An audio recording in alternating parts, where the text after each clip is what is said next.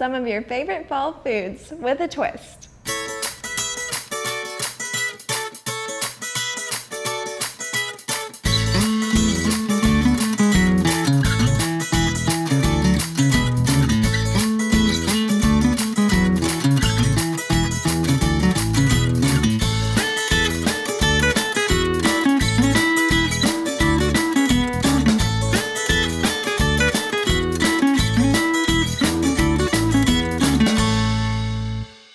Hey guys, welcome back to At the Table. Sydney here, and I have another guest with me today, Meghan Lassiter from Brunswick County Cooperative Extension. Meghan is our FCS agent. You guys have seen her join me for the past 2 shows. This is the last day that I have her, but I have so enjoyed having her on the show to help us out. So we're gonna make some fall stuff, right? Yeah, it's the month of October now. We're both excited about fall, so we're gonna show you a few different fall-inspired dishes that you may have tried before and probably not tried before. They're a little bit different, so hopefully you will enjoy them because they sound really, really delicious. So what we're gonna start with is I have a skillet apple pork chop, and then Megan's gonna work on a pumpkin hummus recipe that sounds really tasty. So we'll start over here with the skillet apple pork chop first, and then we'll transition over there to you next. So what we want to do first is start to cook our pork chops. So really simple, put some oil in your pan, and I've already got my pan on medium to low, just because I didn't want it to get too hot. But we just want to cook those for about 5 minutes per side, depending on the thickness of your pork chops. I do have bone-in pork chops. You could do the boneless if you would like. I feel like the bone-in kind of make it a little bit more tender for some reason. And these are pretty big, so hopefully they will fit in our pan okay. We are gonna see. But you just want 4 pork chops. I don't know if these will fit actually. And then we're just gonna salt and pepper those to season them. So pretty simple. There is like almost like a dressing that goes on these. And actually we might just do those 3 because that'll just be easier for us today. So then I'm gonna add just my salt and my pepper to those. And I like to just salt and pepper it in the pan so I don't have to worry about getting my hands dirty and flipping them and all that stuff. So I just do salt and pepper in the pan really simply like this. And then when I flip it, I season again with a little salt and pepper. And it might be a little bit more than 5 minutes for these because my pan is not quite hot enough yet. So just make sure that you're paying attention to that as well. So we'll get those cooking. The next thing that we're gonna do is cut some apples. So Megan, if you'll help me cut one of those as well. We just have 2 apples, and you can do any type of apples that you like. It is, of course, October, which means it's fall, which means we have lots of yummy apples available to us.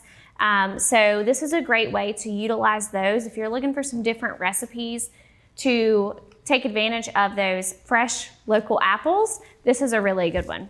So all we're gonna do for this is just cut our apples into really thin slices. So I'm gonna cut it in half. And then I'm actually just gonna go this way and do kind of those really thin slices so that when we throw it in our pan later, it won't take very long to cook.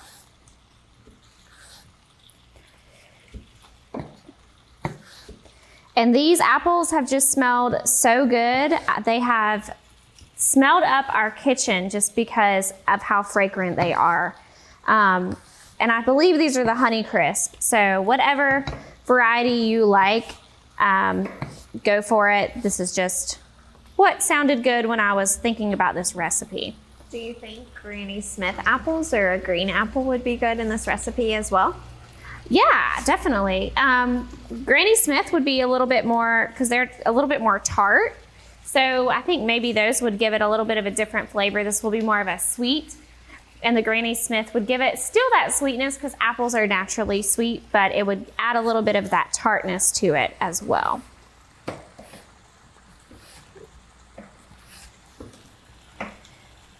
Now, if you do have any bad spots on your apples, don't feel like you have to completely throw those away. Just cut those pieces off and then keep at it, because you don't really need to just waste a whole apple if there's one little bad spot. If you are using fresh local apples, hopefully you're able to find some, but if you are not, if you're struggling to figure out where can I get some apples, where's an apple orchard that I can go pick some apples at, I definitely recommend using that NC Farms app. That is a great way to find local farms and go get you some fresh local apples. This time of year is a fun time to go picking apples. We tend to find that more in the mountains. Do you have any apple orchards in Brunswick? Probably not, huh? No, we're a little too coastal for any apple orchards, so we'd probably have to travel a little further west in the mountain area to get some apples. That was kind of what I was thinking as well. But this is a great time to go to the mountains too, because you've got the leaves changing. So pretty there. So it would be a really awesome time for you to go and explore a little bit if you want to do something like apple picking. All right, so I am actually going to go ahead and turn my pork chops. They are definitely cooking well over here. So I'm going to get those turned over. We'll let them continue cooking. We'll see you guys back in just 1 second to work on our other recipe. Introducing the Star Communications app. All the tools you need in one convenient location. You can access Watch TV everywhere. Check local channel lineup. Check your Star email. View and pay your Star bill. Report troubles. Use your Star security app. Check your home voicemail. Sign up for CrowdFiber. Check your Wi-Fi speed. The list keeps going and going. Download for free from the App Store or Google Play. All right, so our pork chops look like they're pretty done. We are gonna double check those. So the best way to double check those is probably to get the biggest one or the thickest one and use your thermometer to check to make sure it's to the proper temperature. With pork, pork has to reach 145 degrees. So you wanna find that thickest part of your pork chop.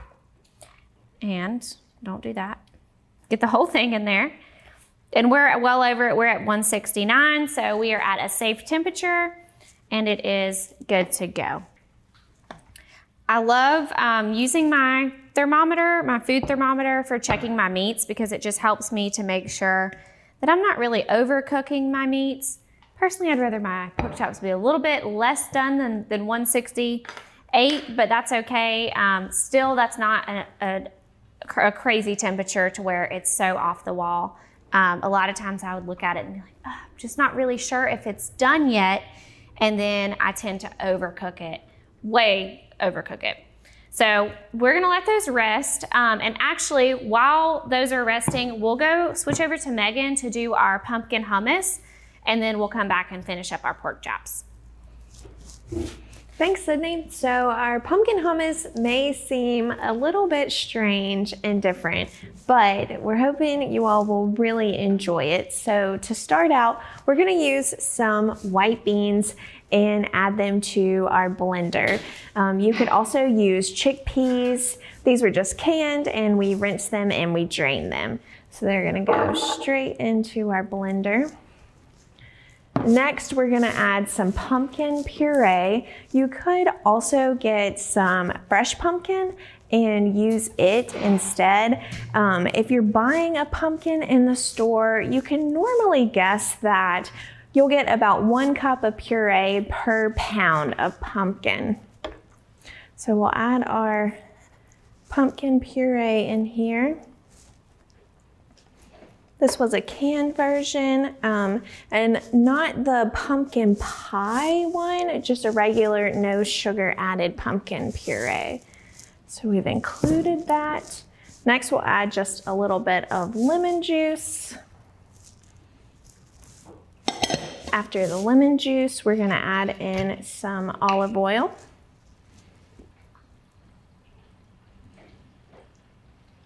And now just a few more spices. One last thing we're gonna add in here just to improve the texture and give it more of that hummus taste is gonna be some tahini. So tahini is just ground sesame seeds. It comes in a jar, sometimes in a tube. We're gonna add 3 tablespoons in.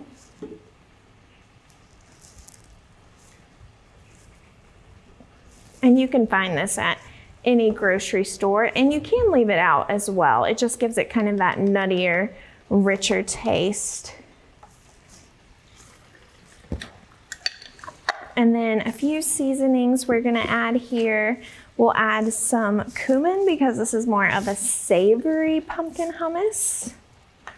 So just about half a teaspoon.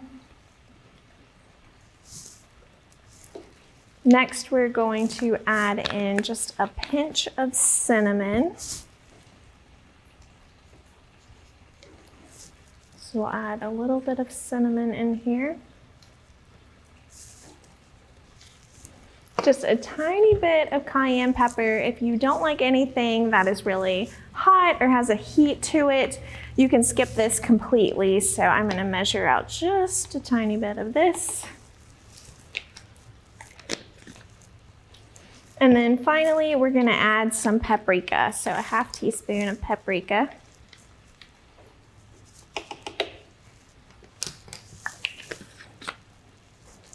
And now we're just going to put our lid on our blender and combine it together.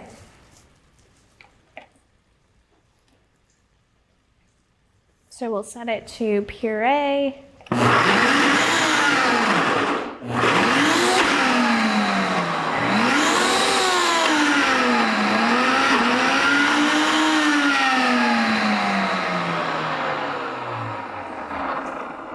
If it's a little too thick, you may need to add in some extra olive oil. While we finish blending this all up together, we're gonna head back to Sydney and then we'll take a break. All right, so I went ahead and decided to do my second pork chop just because I hate to have just one random pork chop chilling in the refrigerator. So while we're waiting, I went ahead and cooked that. Since it wouldn't fit in my pan. I did want to give you guys some pointers in terms of if you are shopping for your local produce, in terms of fall produce. So for one, when we are shopping for produce and storing produce, rule of thumb is to store it exactly where you found it in the grocery store. So for instance, our apples, which are our fall produce, is you want to make sure that you are storing those in a dry, cool area. Because that will help them to, of course, stay fresh for longer. Once they get to a certain point, if you just know you're not going to use them in time, you can store them in the crisper bin of your refrigerator. And then the same thing goes for any of your other squash. So a lot of times things like our butternut squash, acorn squash, those are typically found in more of the refrigerated area. So you want to store those in the refrigerator in your house as well. And then sometimes pumpkins can be stored in the dry area. So it just depends on where you're finding this fall produce as to where you want to store that. So we're actually gonna take a quick break. I'm gonna finish up this pork chop and then we'll see you guys back over here to finish up the rest of our pork chops.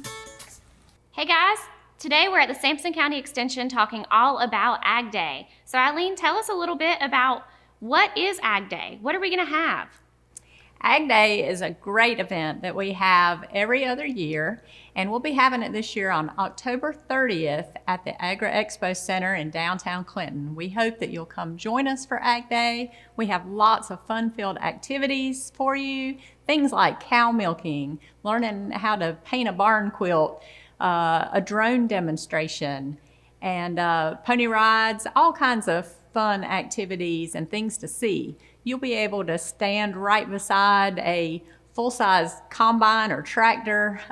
Think about all the things you see as you travel through Sampson County and agriculture that's growing around you and being harvested. Those are some of the things that you'll see. I can't wait. We also are going to have live music, food trucks. We've got a comedian and a magician. So it will definitely be fun for the whole family. Free admission. That's right. Admission is free. And what are our Some of hours? the food is going to be free. We're going to have free ice cream. But like Sydney said, lots of food trucks, lots of variety of food for you to choose from. So check us out October 30th. We can't wait to see you guys there. Experiencing slow internet? If you have a fast internet package, the problem is most likely your wireless router. With more devices using Wi-Fi, your wireless router may not be able to deliver the speed and coverage you need. We now have the leading solution to enhance your internet experience. Using small devices in a mesh network, these Wi-Fi appliances cover just about any size home so that all your devices can operate to their fullest potential. Whole home Wi-Fi from Star Communications. Get the most out of your internet connection. All right, guys, so we have our pork chops done. So next up is our different things that we're gonna help to season our sauce. So we have 1 red onion, and I'm cutting this one a little bit different, but that's okay. We're gonna use this whole red onion that also will go with our apples. We've already chopped up those apples earlier, so you could save that step if you want to, or do it now. Either way, we have a couple different things that we are using to help flavor our sauce. So we have this onion. We always think of onions as more of like an aromatic, so it helps to kind of give this really yummy aroma and flavor to your dish. Although we do still count our onions as a vegetable. And then we are also going to be using some herbs to help give our sauce some flavor as well.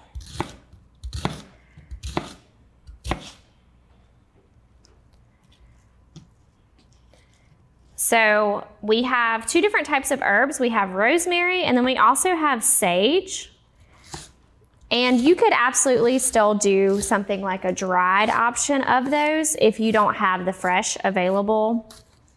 You can also find, it's like a lightly dried. It's right next to the herbs in the produce section, and you can. It's already kind of chopped up, lightly dried. It does have to be refrigerated, but that's a great option as well if you don't want to go through the hassle of chopping the fresh up yourself. So this is our sage. It smells so good. We are gonna just end up needing about a tablespoon of this, of fresh. Now remember, if you're using dried, then you need to lessen the amount in place of that fresh. So I'm gonna use pretty much this whole thing. All right, and we'll go over to Meghan real quick to talk a little bit about our pumpkin hummus. So we finished up our pumpkin hummus. We used our blender to finish pureeing it until it was really smooth and had a nice consistency. If it's really thick, you may need to add some extra oil or lemon than the recipe is recommending. You could also use a little bit of water, so don't be afraid to kind of play around, and also maybe add some different spices. We thought maybe you could use a little salt, maybe a little extra cinnamon, so feel free to play around with it and make it your own. And then we would serve this with some pita chips, and we also have some cucumbers. You could dip celery into it, you could add carrots. There's a lot of different variety and different ways you can make this kind of pumpkin hummus your own. So some other ways you could use some pumpkin puree, whether you purchase a pumpkin or you just buy a can of puree, is by turning it into some kind of dessert, adding it to smoothies. You could put it in your muffins. There's a lot of different ways to use pumpkin, all during this season when we're really in the mood for some extra fall flavors. Now, if you are just someone that likes to paint your pumpkins or carve your pumpkins, you don't have to just throw those out when you're done. You can get creative with them and maybe use them as compost. You could see if a farmer could use them to feed their livestock. You could also repurpose them as centerpieces or other decorations. There's a lot of good ways to utilize some pumpkins this season and repurpose those pumpkins. Now, let's see. Another good thing to do with your pumpkins would be some pumpkin seeds. If you're carving pumpkins, you can collect the pumpkin seeds and you can roast them with a little salt or cinnamon, or maybe use some cumin and some other spices to make them into a nice tasty snack. So don't be afraid to maybe try something new, especially if you're already purchasing the pumpkins and planning on using them this season. Sydney, how's your pork chops going over there? They're coming good. So we have our herbs all chopped up over here. What we're gonna do next is just add all of this to the pan. Our recipe said to actually put a little bit of oil into this, but we have a good amount of oil already just from our pork chops. So I'm not even gonna bother with adding more oil. You only want about a tablespoon here. So if you feel like you need to add some, go for it. But if your pan is pretty well coated, then I wouldn't worry about it. So what we're doing next is we're adding our apples, our onions, and those herbs. And just a little bit more salt and pepper. This is optional. And we're gonna let that cook down for about 4 minutes.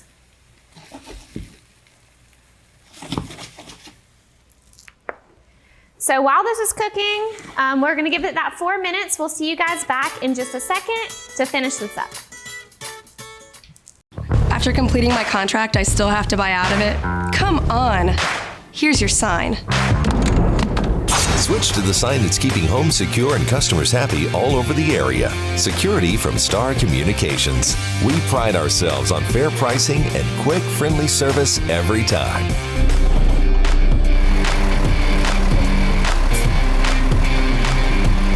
Somebody try to break into this place? Security from Star Communications. All right, so we have our apples. They're looking really good. They're smelling good. What you think about those herbs, Megan? The herbs are smelling so good. We've got so many good colors in our pan here with the yellow and red from the apples, and of course kind of this purplish tint from our onion and the green from our herbs. We were trying to figure out some substitution for our herbs, and I think we decided if you didn't have sage or rosemary, you could use a variety of savory herbs, like maybe some thyme. Oregano would be another one that would be really good. Any of those savory options, although I do feel like rosemary really gives us the flavor that you need. So if possible, trying to get that one in. But if not, again, no worries. There's other options that you have out there. I did do about half a cup of chicken stock and then added, it's like 1 to 2 tablespoons of Dijon mustard. So we're gonna throw that into our mix here. And then what we're actually gonna do is throw our pork chops on top of that. So that will help to flavor our pork chops a bit. We might need to bump up our heat just a little bit over there, Megan. And what you wanna do is just cook this again until it's about half of that liquid removed.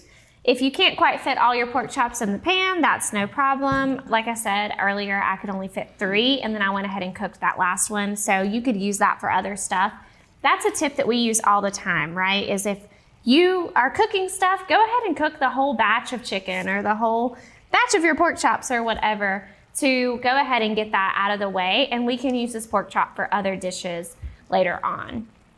We were also talking about some really good substitutions for this too. So things like chicken would be a great substitute, or even things like chicken thighs, I think would be actually really tasty in this recipe. I think you could actually find a way to use a pork tenderloin too, and it would be really good and just give you a different cut of meat and some different flavors. Yeah, that sounds delicious. And you could probably cook that ahead of time and then just chop it into those thicker slices and lay it on the top, and it would be really pretty. And I'd probably add roasted sweet potatoes. Those are one of my favorite fall foods, and North Carolina is one of the #1 most producing sweet potato states. Yeah, we have sweet potatoes all year long. So, but I think of fall really, when we're thinking of things that we have at fall time, a lot of it is those savory vegetables, typically those root vegetables.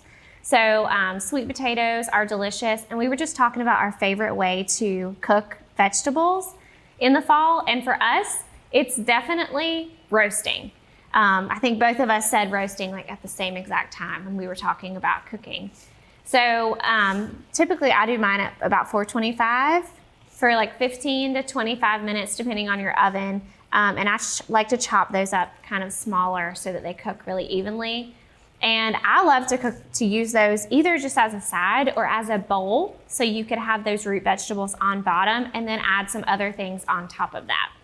Do you do anything special with yours when you roast them? Nothing too special. I just like to sometimes mix them in a bowl with olive oil and some other spices and herbs and then spread them out thinly. And I try to stir them about halfway through just to make sure they're getting nice and crispy on all sides. Yeah, the goal of roasting is to get that nice char. So whenever you are doing something like root vegetables, it helps to give it just a little bit of a different flavor. We always say even people who don't like vegetables will typically enjoy roasted vegetables. If you have a picky eater, you're trying to incorporate vegetables more frequently, try roasting them and see how your family does with those. So this looks pretty much done. We're gonna give it maybe one more minute. We will show you guys that finished product. Thank you so much, Megan, for joining us for At the Table. We have just had a blast having Megan on and of course helping to reach some folks in Brunswick County as well. Thank you so much for having me. It has been quite a blast. I always enjoy any chance to work in Sampson County and work with Sydney. So I hope to do it again in the future. Yes, can't wait to have her on next time. So thank y'all so much. Y'all have a great day.